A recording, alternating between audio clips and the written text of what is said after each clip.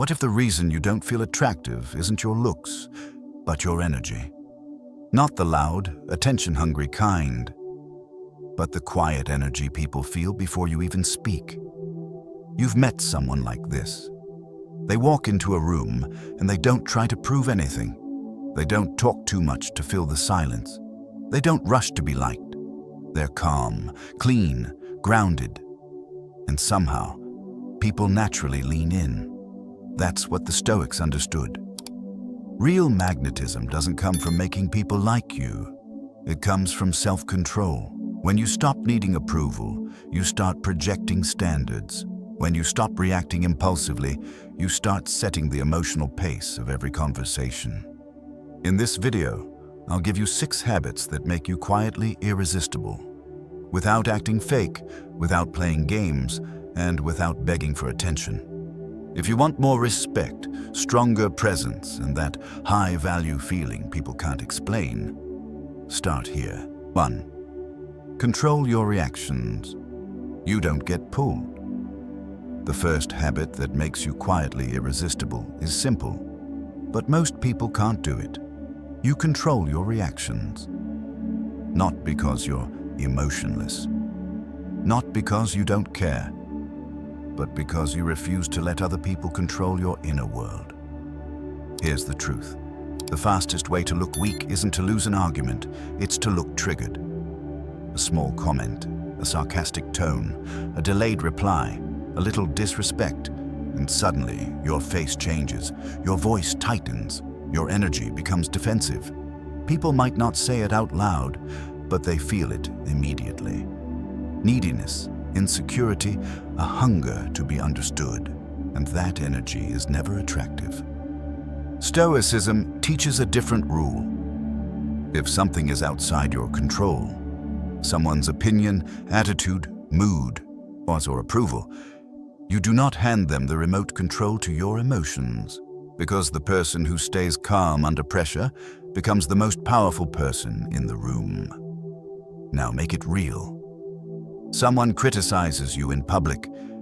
Most people defend themselves instantly. They explain, they justify, they try to win back respect. But the more you explain, the more you look like you need permission to be valuable. The Stoic move is a pause. You breathe, you soften your face, you let the moment sit for a second. Then you answer with something short and grounded. I hear you. Pause. I'll consider it. Or noted. Pause. Let's move on. That pause isn't weakness. It's authority. It signals, I'm not threatened. I don't need to fight for my worth. I choose my response. Then someone tries to bait you at work, with friends, in a relationship. They push a button. They test your ego. They want a reaction. Because if they can get you emotional, they can control you. So you don't feed it. You don't rush to prove you're smart. You don't rush to prove you're right. You don't rush to prove you're strong. You stay centered. Sometimes the most powerful line is, okay, and then silence. Because silence tells the truth. I'm not here to perform. And then there's the trigger that ruins attraction fastest, being ignored. A delayed reply, a seen message. Someone who suddenly feels distant. Your nervous system wants to chase. Hey, are you okay? Did I do something? Just checking. But the Stoic habit is to regulate yourself before you move. Their delay is not your identity. Their silence is not your value. So instead of chasing, you return to your life. You go back to your work and your body, your standards. And that sends a message people feel immediately. I don't collapse when I'm not chosen. That's rare. That's magnetic.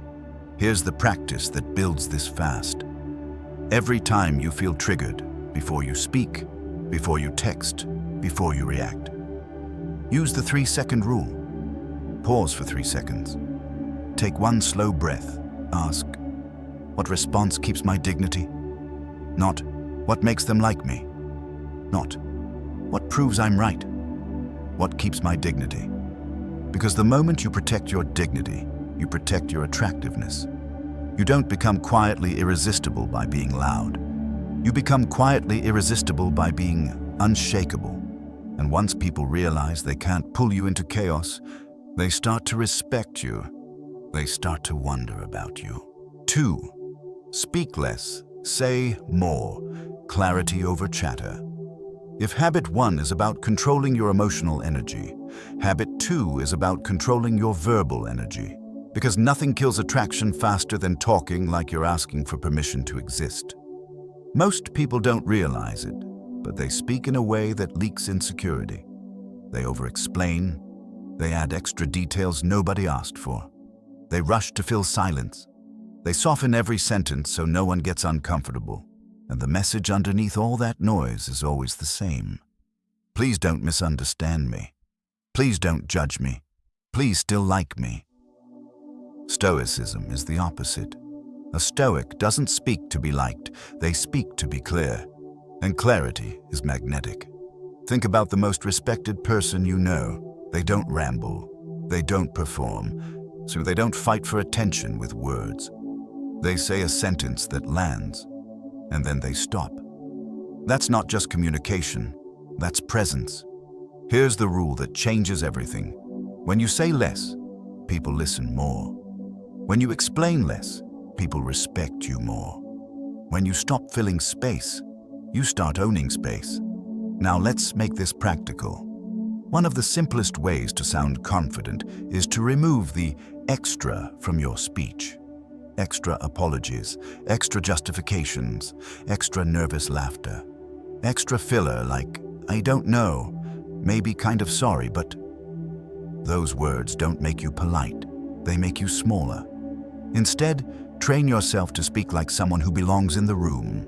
Not aggressive, not arrogant, just grounded. Here's a tool you can use today. The 3-sentence rule. Sentence 1, your point. Sentence 2, the reason. Sentence 3, the close. That's it. For example, at work. Instead of, I'm so sorry, I know this is last minute, but I was thinking maybe we could possibly move the meeting because I have something that came up, and I don't want to mess things up, so let me know what you think. You say, I can't make the meeting at 3. I can do 4 or tomorrow morning. Let me know what works. Same situation, different energy. One sounds needy, one sounds composed. Or in dating, instead of, hey, I don't want to bother you, but I just wanted to check if you still want to go out, because if not, it's totally fine. I just don't want to be annoying. You say, are we still on for tonight? If not, no worries. Just let me know. Notice what's happening. You're not chasing. You're checking. You're not begging. You're confirming. And that difference is everything. Another habit inside this habit is learning to respect silence. Most people fear silence because silence feels like judgment. So they keep talking, they throw in extra stories, they explain their intentions, they try to win the moment. But silence is not a threat. Silence is a tool. Silence tells the other person, I'm comfortable with myself. I don't need to entertain you.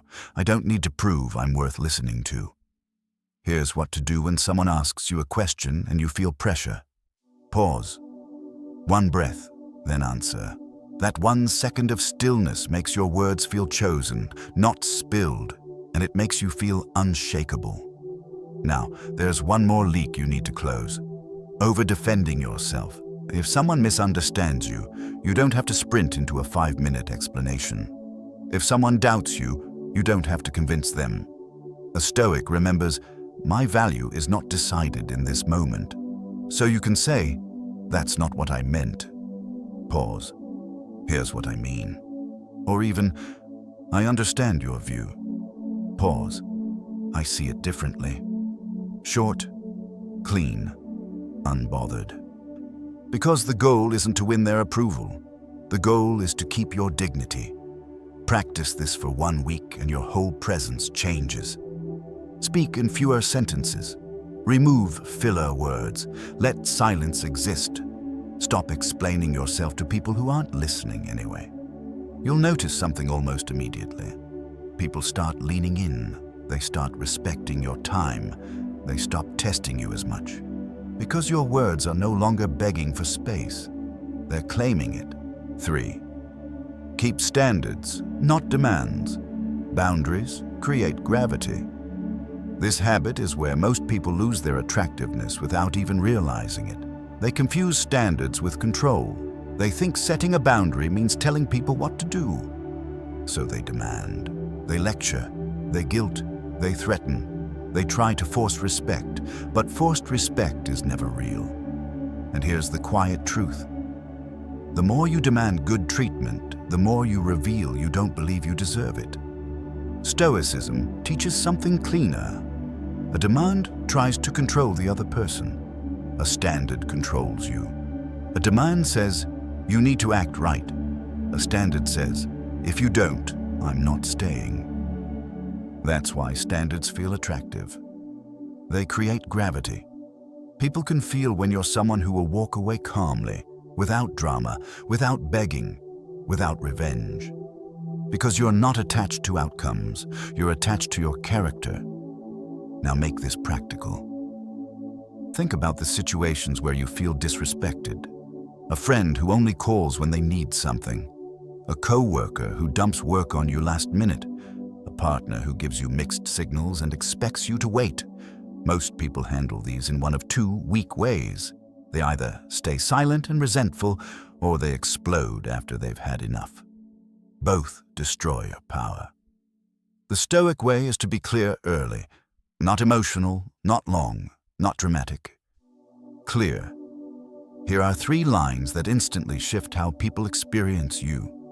That doesn't work for me. I'm not available for that. I'll pass. The reason these lines are powerful is because they don't invite negotiation. They're not insults. They're not threats. They're not explanations. They're decisions. And when you speak in decisions, people feel you have standards. Now notice the difference between these two energies. Demand energy sounds like this. Why are you always doing this? You never respect my time. You have to stop treating me like that. Even if you're right, it sounds like you're pleading for the other person to care. Standard energy sounds like this. I'm not doing last-minute requests anymore.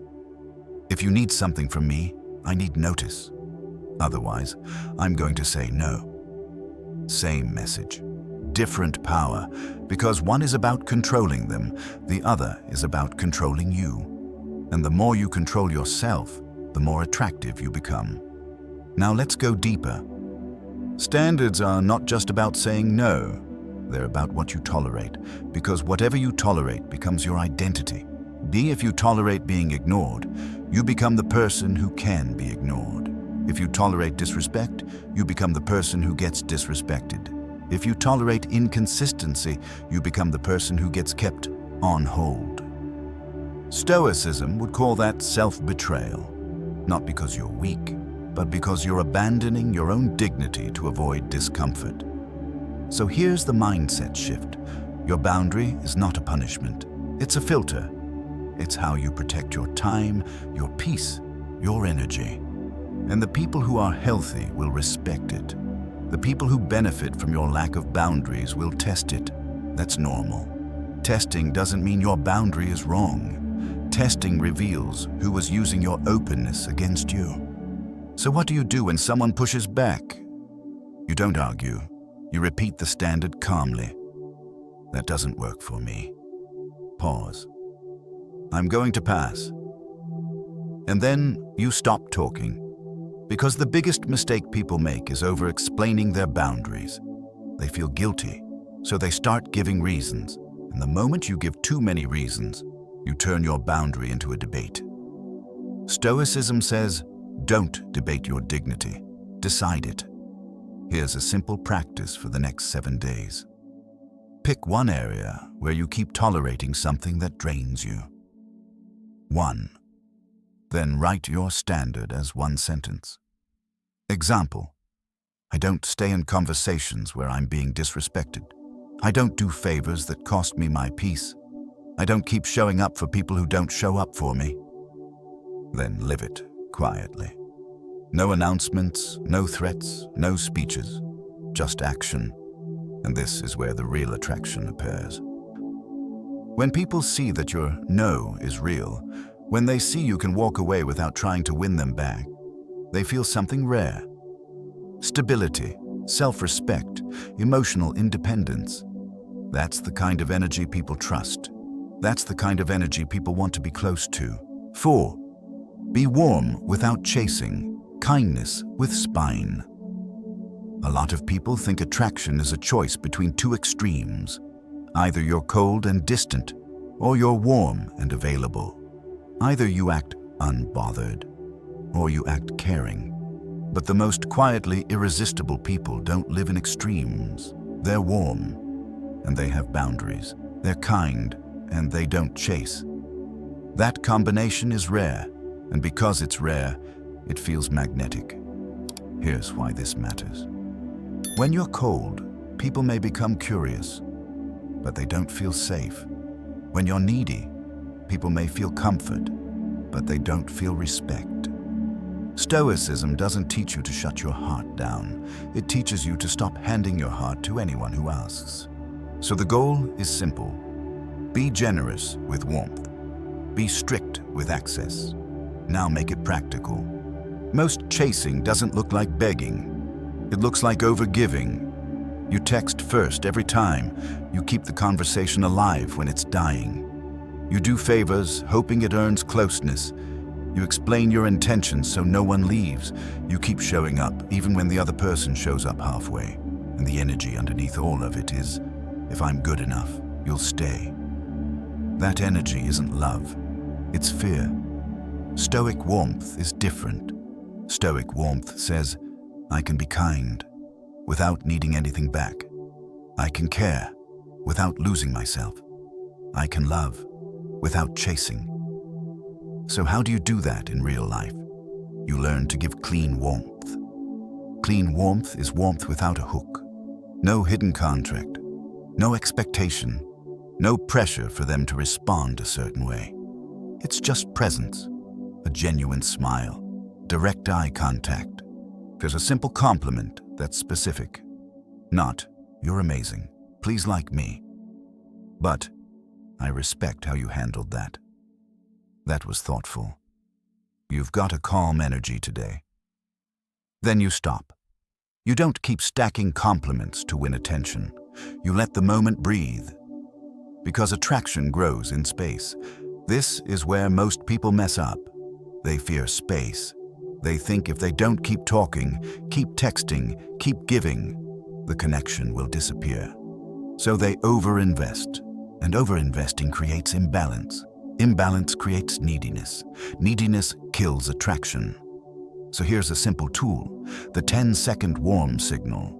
When you see someone you want to connect with, friend, coworker, date, do this.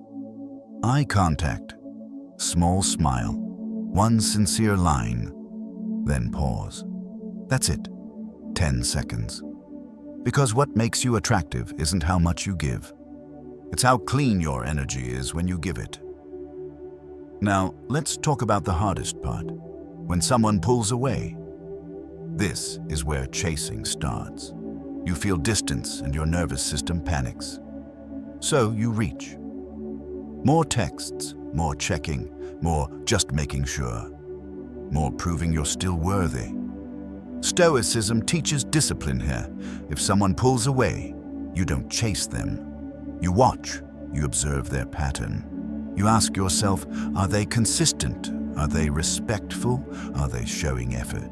Because warmth without standards becomes self-abandonment. And the quietly irresistible person never abandons themselves. They stay warm, but they don't beg. They can say, I enjoy talking with you. Pause. When you're free, let me know. And then they return to their life. No guilt, no pressure, no chasing. That line does something powerful. It keeps the door open without you standing outside it. It communicates, I like you, but I'm not going to lose myself to keep you. That is what high-value warmth looks like. And here's something most people don't understand. Being warm without chasing doesn't make you less kind. It makes your kindness believable. Because it's not desperate kindness, it's chosen kindness. And chosen kindness feels like strength. Now, a Stoic reminder. Not everyone deserves your warmth. Some people will use your kindness as a test. They'll take and take, then give you crumbs. Your job isn't to hate them. Your job is to see clearly. So you practice warmth like a gift, not a currency. You give it when it's clean. You stop when it becomes draining. That balance makes you feel safe to be around and impossible to manipulate. Next, I'll show you a habit that changes your entire presence instantly. Your pace. Because the calm person doesn't just think differently, they move differently. 5. Move with calm pace. The calm person sets the tone. This habit is so simple that people ignore it, but once you see it, you can't unsee it. Rushed energy feels anxious. Calm energy feels powerful, and people don't just listen to your words. They read your pace, your walking speed, your breathing, your movements, how quickly you answer, how quickly you try to fix a moment. Most people move like they're being chased by life. They talk fast, they multitask, they interrupt themselves. They rush to respond so no one gets uncomfortable. And the invisible message is, I don't feel safe. I might lose this moment. I need to keep control. That's why rushed energy is rarely attractive. It feels like nervousness trying to hide. Stoicism teaches the opposite. You can't control everything that happens around you, but you can control the tempo of your body. And whoever controls tempo controls the room. Let's make it real. You've met someone who speaks slowly, not because they're trying to look cool, but because they're present. They don't hurry their sentences. They don't rush their decisions. They don't rush to fill silence. And when they talk, people naturally slow down to match them. That's what quiet authority looks like. It's not loud, it's gravity. Now, there's a big difference between calm pace and acting chill. Acting chill is a performance. Calm pace is regulation. One is fake, the other is trained. So how do you train it? You start with a rule. 10% slower, not dramatic, not exaggerated. Just 10% slower than your default. Walk 10% slower, speak 10% slower. Move your hands 10% less. That small change does something major. It signals, I'm not rushed. I'm not desperate.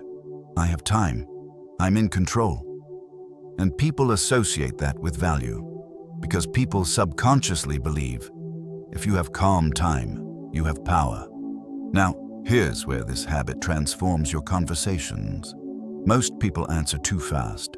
Someone asks a question and they immediately respond, not because they know the best answer, but because they fear silence. Silence feels like being judged, so they rush. And rushing makes you sound uncertain, even when you're right. The Stoic move is a pause. One breath, then you answer. That 1 second turns your response from reactive to intentional. It makes your words feel like a choice, not a reflex. And the person listening can feel it. This is especially powerful when someone challenges you, since if you respond instantly, you look defensive. If you pause, you look composed. You look like you're weighing your words. Because you don't need to win, you need to be precise. Now think about attraction in dating or social situations. Rushed energy is the please like me vibe. It shows up as over-texting, over-explaining, over-planning, trying to lock things down too quickly. Calm pace is different. Calm pace says, I enjoy this, but I'm not trying to force it. It creates space. And space is where attraction grows. Because when you're not rushing to secure attention, you become someone people want to earn attention from. Here's another piece. Calm pace makes you harder to manipulate. Manipulation often works by creating urgency. Answer me right now. decide right now. If you cared, you'd do it right now. Urgency is a pressure tactic. A Stoic recognizes it immediately. So instead of reacting, you slow down. You say, "I'm not deciding right now." Pause. "I'll get back to you." Or, "I need time to think." Pause. "I'll let you know." That's not avoidance. That's self-control. And self-control reads as high value. Now let's get practical with a daily practice. For the next week, choose one moment per day to slow down on purpose. 1. When you walk into a room, slow your steps. When you sit down, move with intention. When you speak, let your words breathe, and watch what happens. People start mirroring you. They stop interrupting as much. They listen longer. They feel your steadiness. Because your body is communicating. I'm not here to compete. I'm here to lead my state. That's what makes you quietly irresistible. Not perfection, not performance, regulation. 6. Build inner self-respect. Stop needing to be chosen. This is the habit that makes everything else real. Because you can learn to pause. You can learn to speak clearly. You can learn to set boundaries. You can learn calm pace. But if deep down you still need to be chosen, you'll eventually betray all of it. You'll react when you shouldn't. You'll over-explain when you feel insecure. You'll bend your standards when you're afraid of losing someone. You'll chase when silence makes you panic. So the root isn't technique. The root is self-respect, and Stoicism is built on this idea. Your worth is not decided by applause. It's decided by how you live when no one is watching. That's why the quietly irresistible person feels different. They're not trying to convince the world they have value. They're building value from the inside, daily. So let's define self-respect in a practical way. Self-respect is keeping promises to yourself. That's it. Not big speeches, not motivational quotes, not pretending you don't care. Promises. If you say you'll wake up early and you do it, self-respect grows. If you say you'll train and you show up, self-respect grows. If you say you'll stop tolerating disrespect and you follow through, self-respect grows. And when self-respect grows, neediness dies. Because you no longer need other people to confirm what you already know. Now, here are 3 pillars that build this habit fast. First, discipline in private. Do one hard thing every day that no one applauds. 1. A workout when you don't feel like it. A focused hour on your craft. Cleaning your space. Finishing what you start. Not for aesthetics. Not for social media. For identity. So because every time you do what you said you'd do, you become someone you can trust. Second, solitude. Most people avoid being alone because being alone forces them to face themselves. So they fill every quiet moment with noise. Scrolling, texting, chasing attention, staying busy. But the Stoics use solitude like training. Solitude is where you learn. I can be with myself. I can handle my thoughts. I don't need constant validation to feel okay.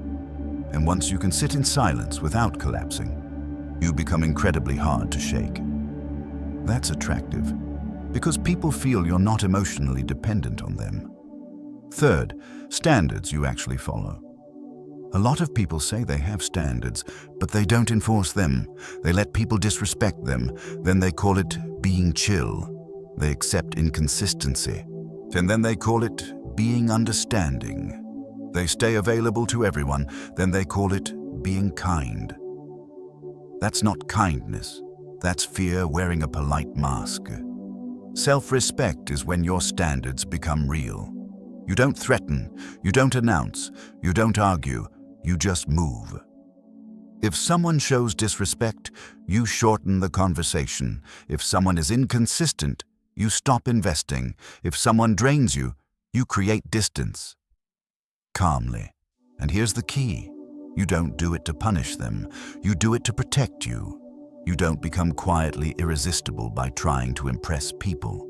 You become quietly irresistible by mastering yourself. Control your reactions. Speak with clarity. Hold standards without drama.